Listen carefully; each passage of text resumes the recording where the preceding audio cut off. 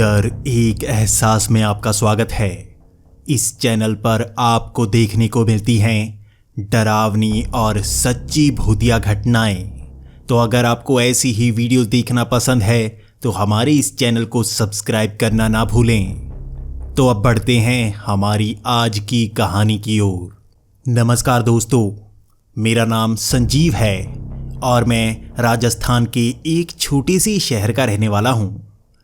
आज मैं आपको अपने साथ घटी एक ऐसी घटना के बारे में बताने वाला हूँ जिसे याद करके आज तक मैं सिहर सा जाता हूँ।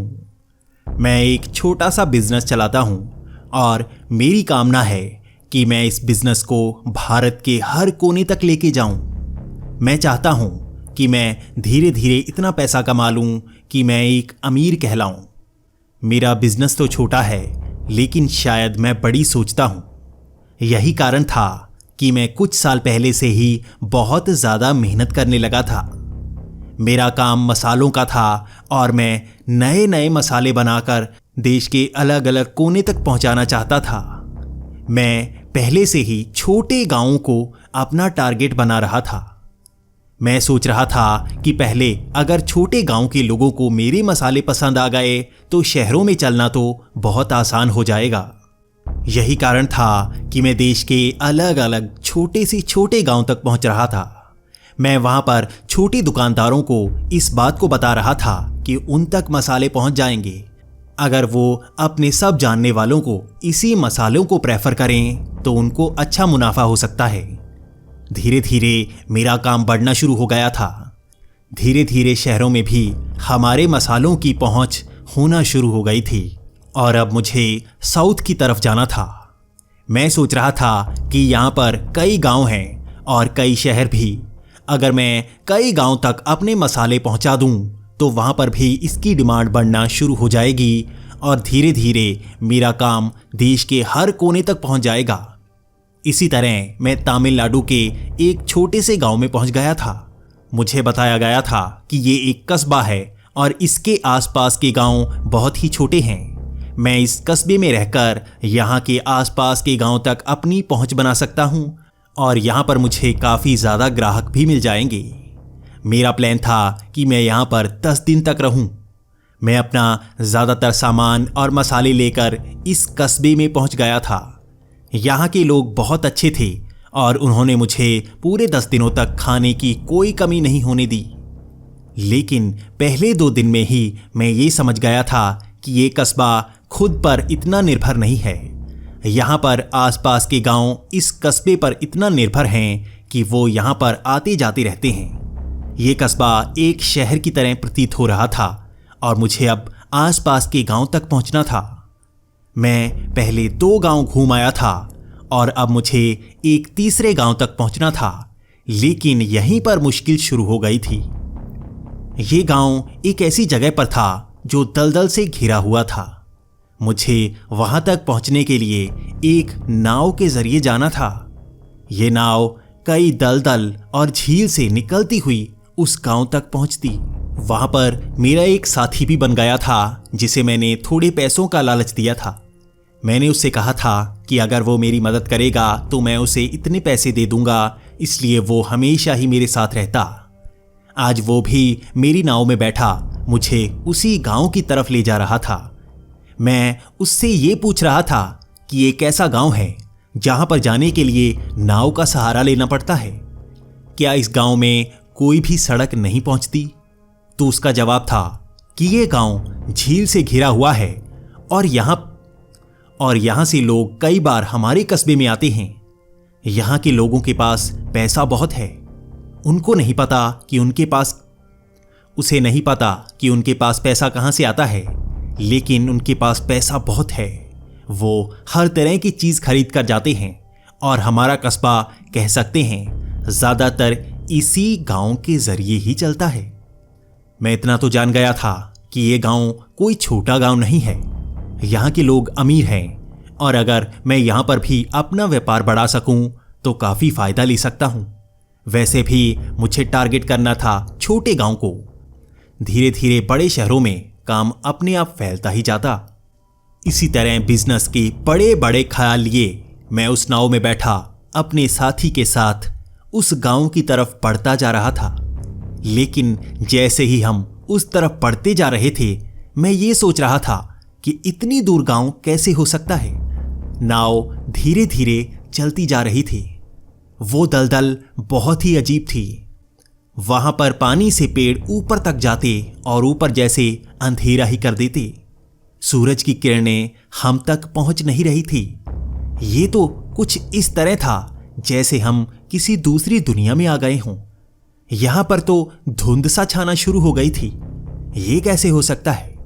मैंने पानी को हाथ लगाया तो मुझे पानी गर्म महसूस हुआ, जबकि हवा ठंडी चल रही थी। मैं समझ गया था ये धुंध कहां से आ रही थी। इसी तरह से हम पेड़ों को चीरते हुए, दलदल से आगे निकलते हुए, नाव को चलाते हुए आगे बढ़े जा रहे थे। शायद वक्त दोपहर का हो गया था, फिर भी अंधेरा कुछ इस तरह था जैसे आधी रात का वक्त हो। मैंने देखा दूर से कुछ रोशनियां जल रही थी। मैंने अपने साथी को पूछा और उसने कहा, यही है वो गांव। यहां पर चारों तरफ पुरानी लैंटेन लटकी हुई थी। ये बहुत ज्यादा पुरानी लग रही थी, लेकिन यहां पर स्ट्रक्चर्स काफी मॉडर्न लग रहे थे। मुझे ये समझ नहीं आ रही थी कि ये एक शहर का हिस्सा है या गांव का, घरों की बनावट हो या उनके पीछे का हिस्सा। वो तो काफी मॉडर्न लग रहा था, लेकिन कई हिस्से जैसे टूटे फूटे, पुराने ना रहने वाले गांव की तरह। अब दलदल का हिस्सा खत्म हो गया था और सूखी जमीन आ चुकी थी। हम नाव से उतरे, उस गांव में धीरे धीरे आगे की तरफ बढ़ते जा रहे थे। वो गांव बहुत ही अजीब सा लग रहा था, लेकिन मुझे क्या करना था? मुझे तो काम से मतलब था। लेकिन मैं जैसे ही आगे बढ़ा, मुझे वहां के लोग काफी अलग से लगे। उन्होंने सूट पहना हुआ था जैसे वो शहर में कहीं काम पर जा रहे हों, लेकिन एक छोटे से गांव में इस तरह के लोग। मैं थोड़ा सा हैरान था। मैं सोच रहा था बातें करूंगा उनसे। जिस तरह से मुझे उस कस्बे में प्यार मिला, यहां पर भी वैसे ही हालात होंगे। मेरा साथी अपनी जान पहचान वाले एक व्यक्ति के पास जा रहा था। वो कह रहा था कि उससे जाकर बात करते हैं, उसे मैं बताऊंगा। वैसे यहां पर कस्बे से कोई नहीं आता। शायद हम बहुत देर बाद पहली बार आए होंगे। मैं भी बहुत समय पहले आया था। इसी तरह से हम एक घर के पास पहुंचे और उसने घर का दरवाजा खटखटाया। उससे बाहर एक आदमी निकला और उसने कहा कि आपको क्या काम है। हमने उससे पूरी तरह से बात की। हमने उसे बता दिया कि हमें गांव के मुखिया से मिलना है। मुखिया से मिलकर हमें अपने बिजनेस की बात करनी है। अगर इस गांव में भी हमें कुछ मदद मिल सके तो अच्छा होगा। हम एक सप्लाई चेन बनाना चाहते हैं। अगर इस गांव में भी इसका एक हिस्सा बन जाए तो अच्छा होगा। हम इसी तरह से उससे बातें कर रहे थे और वो हमें अपने साथ ले गया। उसने बताया कि आगे हमें एक हिस्से में जाना होगा। उसी के साथ हम आगे बढ़ते जा रहे थे। लेकिन अब मैं हैरान था। जिस कस्बे से हम आए थे उससे ये गांव बहुत ज्यादा बड़ा था। ऐसा लग रहा था ये कोई बड़ा सा शहर है, जबकि सब कह रहे थे कि ये एक गांव है जो सामान उस कस्बे से लेता है। लेकिन इस तरह से दलदल से घिरा हुआ बिल्कुल पिछड़े से इलाके में इस तरह का मॉडर्न गांव कैसे हो सकता है? मैं थोड़ा सा चकरा रहा था।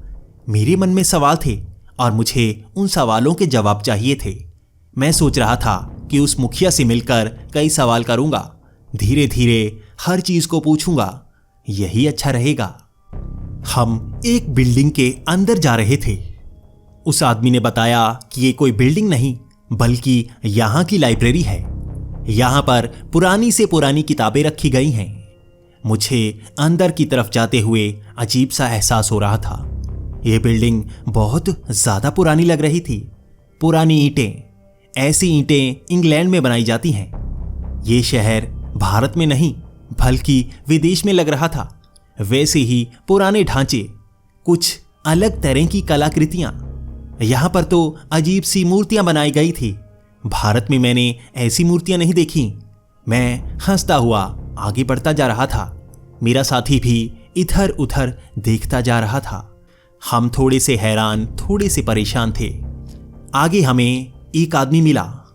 वही था इस गांव का मुखिया। वो सूट बूट पहने एक 60 से 70 साल का बुजुर्ग होगा, लेकिन उसके चेहरे पर एक अलग सी चमक थी। उसका स्टाइल बहुत ही अलग था। मैं तो ये सोच रहा था जैसे वो एक बड़ा सा बिजनेसमैन हो। उसका अलग ही स्टाइल था। मैं तो खुद हैरान था। मैं तो जैसे उसकी चाल ढाल से प्रभावित हो गया था। हम एक टेबल के पास बैठे और उसने वहां पर 2 कप चाय मंगवाए। हम चाय पीते हुए इसी तरह से बातें कर रहे थे। मैं इस गांव के बारे में पूछ रहा था। मैं कह रहा था कि कैसे हो सकता है इस तरह से दूर एक गांव, वो भी इतना अच्छा। क्यों यहां तक कोई सड़क नहीं बनी? यह तो बननी चाहिए। इतना अच्छा गांव, अगर लोगों को पता लगा तो यहां पर काफी ज्यादा बिजनेस बढ़ सकता है। मुझे तो लगता है यहां पर टूरिस्ट आने चाहिए। कितना अच्छा इलाका है, बिल्कुल पानी से घिरा हुआ, इतने ऊंचे पेड़। मैंने जिंदगी में ऐसे पेड़ कभी नहीं देखे। ये क्या यहीं पर लगते हैं?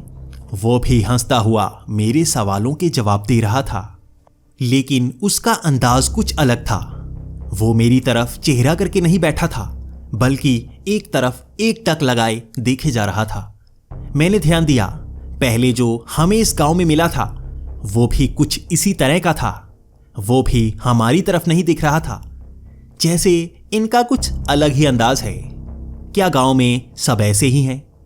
ये भी कुछ इसी तरह का अंदाज अपना रहा था, देखना किसी और तरफ और बात मुझसे।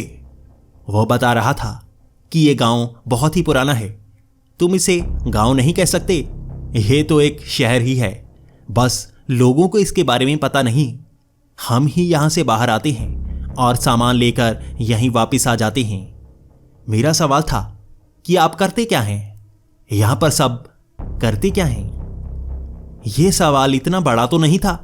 वो इतना गुस्सा क्यों कर गया? वो जैसे अब अलग तरह से बात कर रहा था। उसने कहा कि तुम्हें जानने की जरूरत नहीं, ज्यादा पर्सनल होने की जरूरत नहीं। इतने सवाल मत पूछो। जिस काम के लिए आए हो वो काम करो और निकलते बनो। मैं भी उसे नाराज नहीं करना चाहता था, इसलिए मैंने उस गांव के बारे में अब सवाल पूछना छोड़ दिया। मैंने अब ऑफर देना शुरू किया। मैंने कहा कि देखो, मैंने एक नया बिजनेस चलाया है। हमारे मसाले सबसे बेस्ट हैं और अगर आप भी इन मसालों को इस गांव में इस्तेमाल करें तो अच्छा होगा। वैसे भी मैंने पता किया है, यहाँ पर काफ़ी ज़्यादा मसाले लगते हैं। अगर आप मेरे इन मसालों का इस्तेमाल करेंगे तो मैं डिस्काउंट भी दूंगा और कई सारे ऑफर भी। आप मेरे साथ काम भी कर सकते हैं। इस बात को वो ज़्यादा मान नहीं रहा था। वो थोड़ा आनाकानी कर रहा था, लेकिन मैं दबाव बना रहा था। मैं कह रहा था कि आपको ज़्यादा डिस्काउंट दे सकता हूँ। देखो, बहुत ज़्यादा फर्क पड़ जाएगा। वैसे भी 80% तक मैं कम करता जा रहा हूँ। मैंने अपना मार्जिन भी बिल्कुल नहीं रखा है। मैं चाहता हूँ कि ये मसाले ज़्यादा से ज़्यादा बिकें। मैं बहुत ज़्यादा मेहनत कर रहा हूँ। पहले तो वो मान नहीं रहा था, लेकिन अब अंत में वो मान ही गया। उसने कहा कि यहाँ से जो भी कस्बे में जाएगा तुम वहाँ तक माल पहुँचा देना। वहाँ से हम खरीद कर यहाँ खुद ब खुद ले आएंगे। लेकिन मेरा कहना था कि मैं अपनी सप्लाई चेन यहाँ तक बनाना चाहता हूँ। आपको मसाले यहीं पहुँच जाया करेंगे। लेकिन इस बात को वो अलग से मना कर रहा था। उसने कहा, तुम तो यहाँ आ गए, दोबारा यहाँ कोई नहीं आना चाहिए। सामान तो पहुँचेगा, लेकिन कस्बे से हम खुद लेकर आएंगे। आज तुम्हें आने दिया, दोबारा यहाँ कोई नहीं आना चाहिए। मैं उनकी बातों को मान गया था और अब हमें इस गांव से बाहर जाना था। लेकिन उनकी शर्त कुछ अलग ही थी। उनका कहना था कि यहाँ पर सामान लेकर आना पड़ता है, लेकिन यहाँ से कोई बाहर कोई चीज़ नहीं ले जा सकता। तुम जो भी लेकर आए हो यहीं छोड़ना होगा। तुम यहाँ से कुछ भी बाहर नहीं ले जा सकते। मैंने उससे कहा कि ये तो डेमो के मसाले हैं और वैसे भी इसमें मेरी बहुत सारी कीमती चीज़ें हैं। मैं इसे यहाँ पर नहीं छोड़ सकता, ना ही इसे मैं बेचना चाहता हूँ। तो उसने कहा कि शर्त तो यही है, तुम यहां पर आ तो गए हो, लेकिन यहां से कुछ भी बाहर नहीं ले जा सकते। मैंने उससे कहा कि आप जबरदस्ती नहीं कर सकते, मेरा सामान है, मैं लेकर आऊं या ना आऊं, आप मुझे नहीं रोक सकते। लेकिन उसका कहना था कि जो भी हो, यहां से सामान बाहर नहीं जा सकता, लेकिन अगर तुम यहां से जिंदा वापस जाना चाहते हो तो सामान को छोड़कर ही जाना होगा। ये मेरे लिए एक धमकी थी और यहां पर बहुत सारे लोग थे। ये कोई छोटा गांव नहीं था। अब मुझे लग रहा था कि मैं इनसे उलझकर यहां से निकल नहीं सकता, लेकिन मैं उनसे कह रहा था कि अगर मैंने पुलिस को बता दिया तो आपके लिए परेशानी होगी। तो उसने कहा, जो भी करना हो कर सकते हो, तुम सामान यहां से बाहर नहीं ले जा सकते। सामान यहीं पर आता है, यहां से बाहर कहीं नहीं जाता। मैं इसी तरह से गुस्साया हुआ उस नाव पर बैठ गया था। मेरा साथी भी उस नाव पर बैठ गया था। वो भी काफी गुस्से में था। वो तो सिर्फ एक घड़ी लेकर आया था और उसकी वो कीमती घड़ी भी उतरवा दी गई थी। वो भी गुस्सा और मैं भी। मेरे तो पैसे भी उसी बैग में थे। वहां पर सब कुछ छूट गया था, लेकिन मैं गुस्से में उस नाव से पीछे की तरफ हट रहा था। वो नाव अब उस गांव से दूर जा रही थी और वहां पर लोगों की भीड़ लग गई थी। वो उसी गांव के लोग थे और अब वो हमारी तरफ देख रहे थे। पहली बार किसी को मैंने अपनी तरफ देखते हुए देखा था और उनकी आंखें बहुत अजीब थी। वो तो जैसे बहुत ही तेजी के साथ इधर उधर हो रही थी।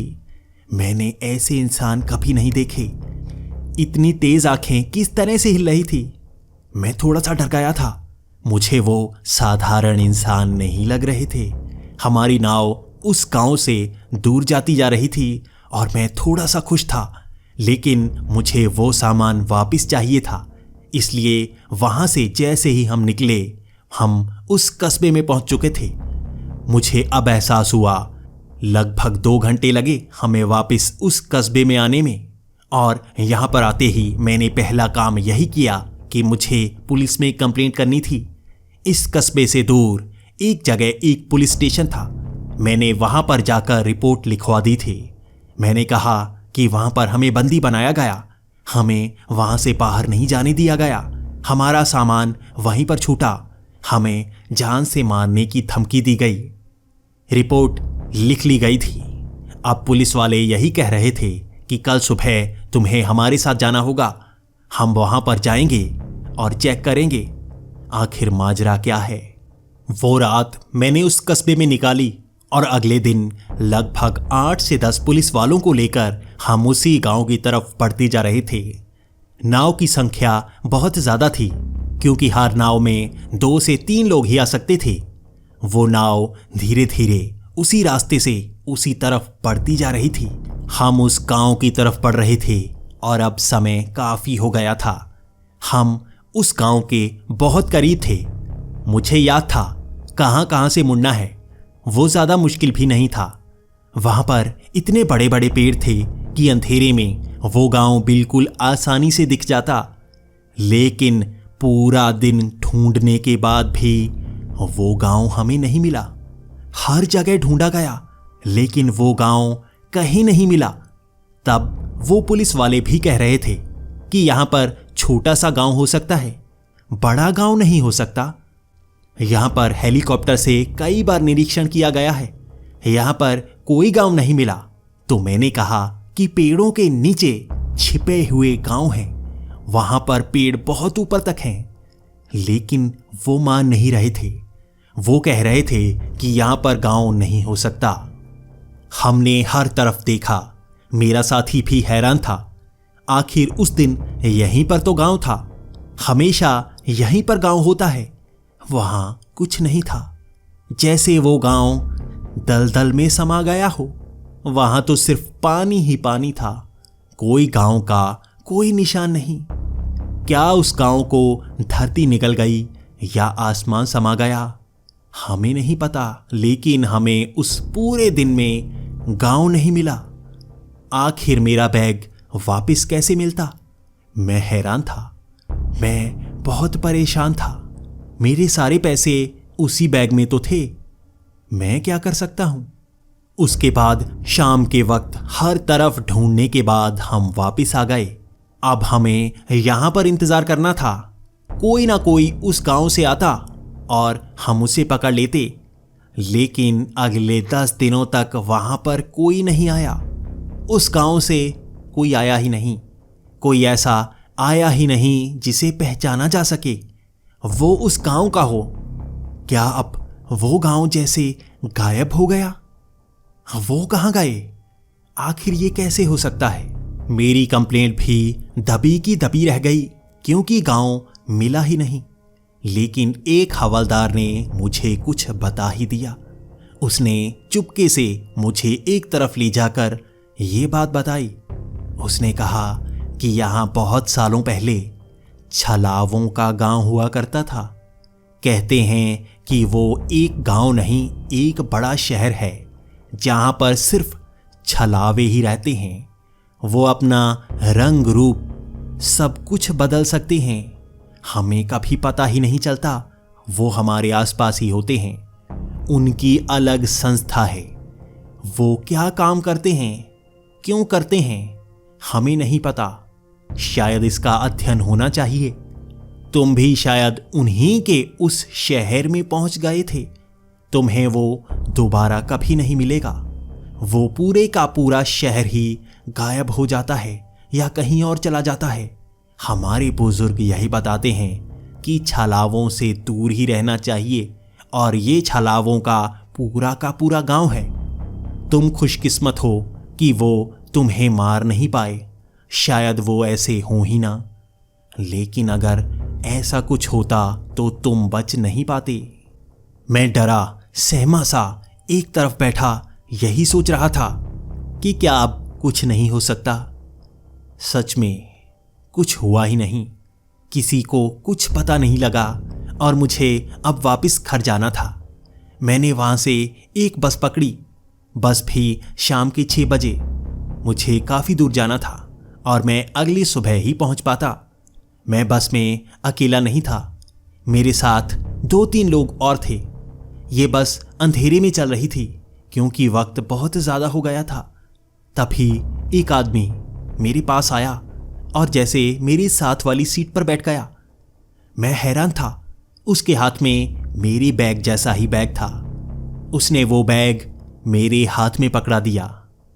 उसके साथ ही उसने कहा, दोबारा उस गांव में मत जाना और ज़्यादा बात मत करना।